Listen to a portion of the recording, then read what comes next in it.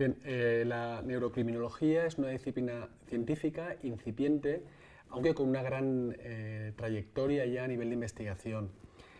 Surge a raíz de los estudios de Adrian Raine en los Estados Unidos, cuando empieza a utilizar la neuroimagen para acudir a los juicios y poder considerar las pruebas del cerebro como atenuantes o incluso eximentes en algunos de los casos. La neurocriminología lo que pretende es utilizar todo el conocimiento y las técnicas provenientes de la neurociencia para trabajar en el diagnóstico, la prevención, el tratamiento e incluso el cálculo de la probabilidad de reincidencia de la violencia. Bien, en la Universidad de Valencia tenemos un equipo denominado Neurociencia Social que sobre todo nos hemos especializado en el ámbito de la neurocriminología y hemos llegado pues, a crear el primer máster mundial online sobre esta temática. Llevamos a cabo estudios en los que consideramos las bases neurobiológicas del comportamiento violento y criminal. Para ello lo que hacemos es analizar cómo funcionan los cerebros de personas que cometen distintos tipos de violencia, tanto hombres como mujeres. Nuestros estudios abarcan desde lo que son personas con rasgos psicopáticos, hombres penados por violencia contra la mujer y otro tipo de personas que han cometido delitos, incluso pues, homicidas. Algunos de los estudios que hacemos también se centran más en lo que llamamos neurocriminología positiva, que sería intentar inducir compasión y llevar a cabo distintas técnicas para lo que es la reinserción y la reeducación de las personas que tienen antecedentes de delincuencia. Nuestros trabajos tienen multitud de aplicaciones, realmente lo que estamos intentando es dar una vertiente práctica a todo este conocimiento teórico. Algo que nos llama mucho la atención es la diferenciación que hay entre lo que se hace en la universidad, lo que ya conocemos, y lo que realmente después se está aplicando a nivel social. Poner en marcha todos esos estudios lo que puede permitir es que se puedan utilizar tanto en los peritajes, incluyendo marcadores neurocriminológicos, como en lo que sería temas de abogacía, en psiquiatría, en trabajadores sociales, en educación. Es decir, sería como dar un paso más y utilizar todo el cuerpo de conocimiento que proviene de los estudios sobre bases neurobiológicas de la conducta criminal y darle múltiples aplicaciones. Consideramos que pueden ser fundamentales para criminólogos, psicólogos, educadores sociales, médicos, psiquiatras y muchas otras profesiones. Uno de los temas que yo creo que más llama la atención es lo que nos hemos planteado históricamente, si el asesino nace o se hace. En realidad podríamos decir que sería un compendio de factores. Yo no me atrevería a decir para todos los casos pues que se nace o nos hacemos violentos o que un asesino al 100% ha nacido ya con una genética determinada. Desde la neurocriminología, lejos del determinismo biológico, que por eso también ha sido criticada, lo que se entiende es que hay un conjunto de factores que llegan a producir la violencia y el crimen. Cuanto más factores se tienen, más probable es que se produzca, tanto su inicio como su mantenimiento. Entre estos factores entrarían tanto componentes genéticos, como tener una carga genética concreta, como otros factores biológicos que hacen referencia a aquello que nos ocurre, por ejemplo, durante el proceso de gestación, cómo se conforma nuestro cerebro, sustancias químicas, hormonas, etc. Pero, por supuesto, en función del ambiente en el que nos desarrollamos, donde crecemos, las experiencias vividas y cuál es el ambiente en el que después vamos a tener pues, ese desarrollo cerebral. Una persona que nace con una predisposición a la violencia no tiene por qué acabar desarrollando la violencia, dependerá mucho del ambiente en el que crezca, en el que se forme, en el que se desarrolle.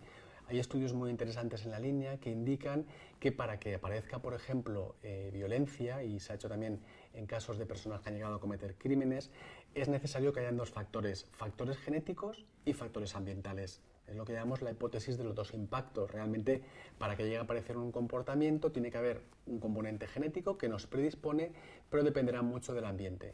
Así hay estudios, por ejemplo, que cuando se tienen determinados marcadores de algunos genes y además, por ejemplo, se ha vivido maltrato en la infancia, pues es cuando se llega a producir el desarrollo de la conducta antisocial. Además de los factores biológicos, los factores ambientales son fundamentales y dentro de ellos yo destacaría pues, cuáles son los roles familiares, es decir, cuál es el tipo de familia o el ambiente familiar en el que crecemos y qué es lo que un poco hemos aprendido desde la infancia como forma de relacionarnos. Aquí podemos ver las diferencias culturales, sociales o también lo que haría referencia a cuando, por ejemplo, se nos educa de una forma empática, una forma cooperativa, una forma conciliadora, que son personas que generalmente llegan a utilizar más esas estrategias y mucho menos la conducta violenta en sus interacciones.